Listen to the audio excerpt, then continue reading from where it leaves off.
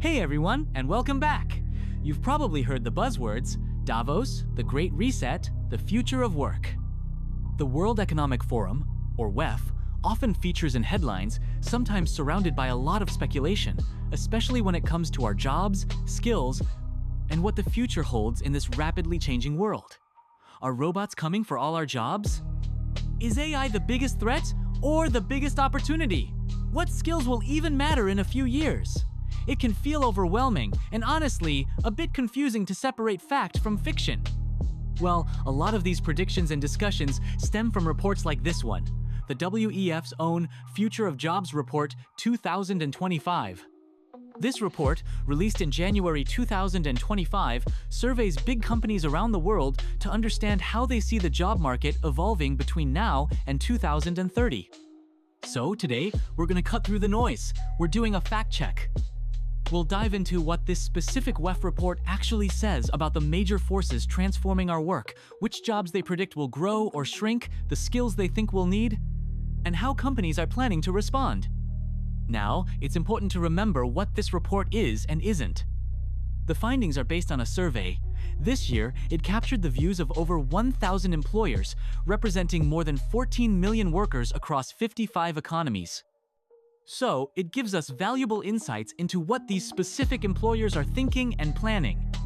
But, as the WEF itself notes, these views don't necessarily reflect the entire global economy, every single business, or the informal job sector.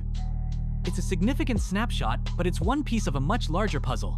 With that in mind, let's break down the key findings. Welcome to Fantarism, the channel for in-depth analysis of the world of tomorrow. So, diving into the report, what are the biggest forces that these global employers believe are shaking up the world of work right now, leading up to 2030? Well, topping the list, perhaps unsurprisingly, is technology.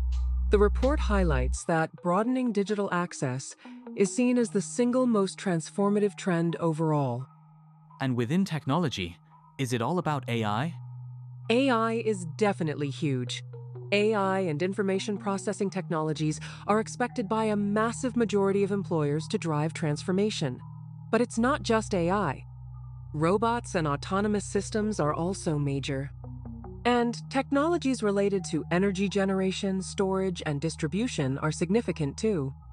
Beyond tech, what other major pressures are businesses feeling?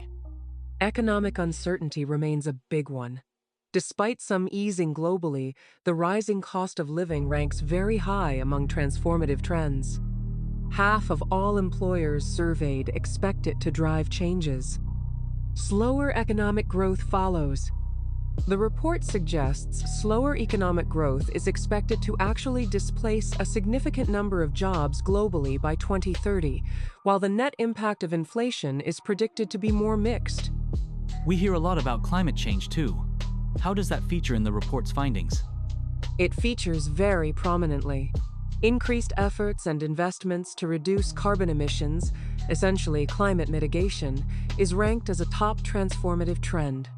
Increased efforts to adapt to climate change isn't far behind. This is directly linked to the growth we see in green jobs, like renewable energy engineers and environmental engineers, which are among the fastest-growing roles identified. Interesting. And what about those broader societal shifts, like global politics or population changes? They're definitely on the radar. Increased geopolitical division and conflicts are expected to transform business models for about 1/3 of the surveyed organizations. This links to trends like increased restrictions on trade and investment, and government subsidies or industrial policies. So, it's really a mix of technology, economy, climate, geopolitics, and demographics all converging to reshape the landscape. Exactly. The report emphasizes that these trends don't operate in isolation. Their combined impact is what's driving the significant job and skill shifts predicted for the next 5 years. All right, so we have these big forces: tech, economics, climate, demographics, geopolitics, reshaping things. What does the WEF report actually predict this means for jobs overall between now and 2030? Are we looking at mass unemployment? The report paints a picture of significant change, what it calls structural labor market churn. But the overall outlook is actually net positive. They estimate that while a large number of jobs might be displaced globally by 2030 due to these trends, an even larger number of new jobs are expected to be created. That results in a projected net increase. Okay, a net increase is good news overall. But which specific jobs does the report say are growing the fastest in percentage terms? The fastest growing list is heavily dominated by technology and the green transition. Roles like big data specialists, fintech engineers, AI and machine learning specialists, and software developers lead the pack. You also see green transition roles featuring prominently, like autonomous and electric vehicle specialists, environmental engineers, and renewable energy engineers. On the flip side, which jobs are declining fastest according to the employers surveyed? The fastest declines, percentage-wise, are expected primarily in clerical and secretarial roles. Think postal service clerks, bank tellers and related roles, data entry clerks, cashiers and ticket clerks, and administrative or executive secretaries. The report links this strongly to automation from AI, digital access, and robotics. Fastest growth percentages often apply to smaller job categories, though. What about the jobs expected to add the largest absolute number of positions? That's a different picture and highlights core, often frontline roles. Farm workers actually top the list. Delivery drivers, construction laborers, trades workers, shop salespersons, and food processing workers are also expected to see massive absolute growth. Additionally, the care economy, nursing professionals, social work, counseling professionals, personal care aides, and education roles like teachers are projected to add millions of jobs. And the biggest declines in absolute numbers? Mirroring the percentage declines, it's largely clerical and secretarial workers predicted to see the largest net job loss in absolute terms. Cashiers and ticket clerks, administrative assistants, and roles like material recording, stock-keeping clerks are high on that list. The report also talks about the human-machine frontier. How do employers see the balance shifting between tasks done by people versus technology? That's a key finding. Currently, employers estimate humans perform a certain proportion of work tasks, with tech doing another, and a combination handling the rest. By 2030, they expect a near-even split between these three categories, with the share of tasks done purely by humans decreasing significantly. The report notes this shift is driven more by automation replacing human tasks than by technology augmenting them, though both play a role. Moving on from jobs themselves, the report heavily emphasizes skills. There's often talk about skills becoming obsolete faster than ever. Does the report back that up? Interestingly, the report suggests the pace of skill disruption might be stabilizing slightly compared to the peak disruption seen around the pandemic, but it's still very high. Employers expect, on average, that nearly 2/5 of a worker's core skills will change between now and 2030. So, significant change is still the norm. Okay, so constant change is expected. What skills do employers surveyed say are the most essential core skills for workers right now, in 2025? Analytical thinking remains number one. According to the report, employers really value that ability to analyze information. Following closely are softer skills or attitudes. Resilience, flexibility, and agility come second, and leadership and social influence is third. Creative thinking also ranks very high. That's what's core now. What about looking ahead to 2030? Which skills are seen as growing fastest in importance? Technology skills dominate the fastest growing list. AI and big data is right at the top, followed closely by networks and cybersecurity, and then general technological literacy. But complementing these are human-centric skills. Creative thinking is again very high on the list, along with resilience, flexibility, agility, and also curiosity and lifelong learning. Are there any skills that are notably declining in importance? The most notable net decline predicted is in manual dexterity, endurance, and precision. While these skills remain important in some roles, the overall trend shows employers anticipating less need for them compared to cognitive, technological, or socio-emotional skills. With skills changing so much, the report must talk about skills gaps. How does it characterize the difference between skills needed for growing jobs versus declining ones?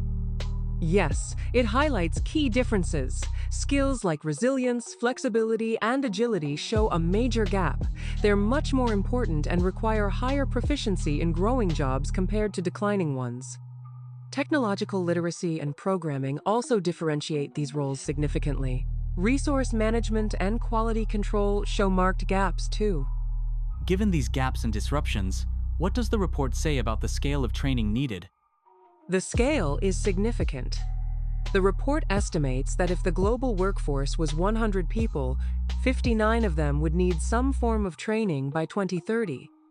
Employers anticipate that about half of those needing training could be upskilled or reskilled within their current organizations, but a concerning portion, around 11 out of those 59, are seen as unlikely to receive the necessary training, putting their future employment prospects at risk.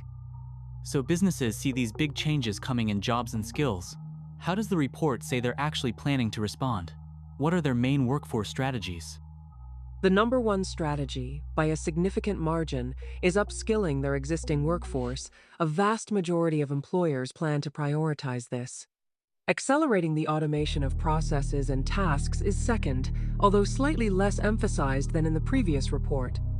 Hiring new staff with the specific skills needed for the future comes in third, followed by using technology to augment the workforce, meaning helping humans do their jobs better or differently. Makes sense. But what's stopping them? Does the report identify the biggest roadblocks or barriers companies face when trying to transform? Absolutely. The number one barrier, cited by most employers globally, remains skills gaps in the current labor market. They're struggling to find people with the necessary skills. Second is organizational culture and resistance to change within the company itself. Outdated or inflexible regulatory frameworks are also seen as a significant barrier. Given those skills gaps, what's the general feeling among employers about actually finding the talent they need in the coming years? The overall outlook on talent availability when hiring is actually quite pessimistic compared to previous reports. More employers expect it to worsen than improve between now and 2030, resulting in a net negative expectation globally. However, they remain more optimistic about their ability to develop talent internally within their existing workforce. So if finding external talent is tough, what specific things are companies doing to attract and keep the people they have, or draw in new types of talent? There's been a notable shift here. Supporting employee health and well-being has jumped to become the top priority identified by employers to increase talent availability, a big rise from previous reports. Providing effective reskilling and upskilling opportunities is neck and neck with that. Improving how people progress and get promoted internally is also key. And significantly, tapping into diverse talent pools is seen as much more promising now than it was just a couple of years ago. You mentioned diverse talent pools. Does the report say more about diversity, equity, and inclusion initiatives? Yes, it finds DEI initiatives are on the rise, with a large majority of employers reporting having measures in place, especially larger companies. The most common planned actions include DEI training, targeted recruitment and progression initiatives, and importantly, a growing number plan to set actual DEI goals, targets, or quotas, which is a significant increase compared to the past. Finally, given the huge focus on AI earlier, are companies planning specific workforce strategies in response to AI's growing capabilities? Definitely. The top strategy is reskilling and upskilling their current workforce specifically to work more effectively alongside AI.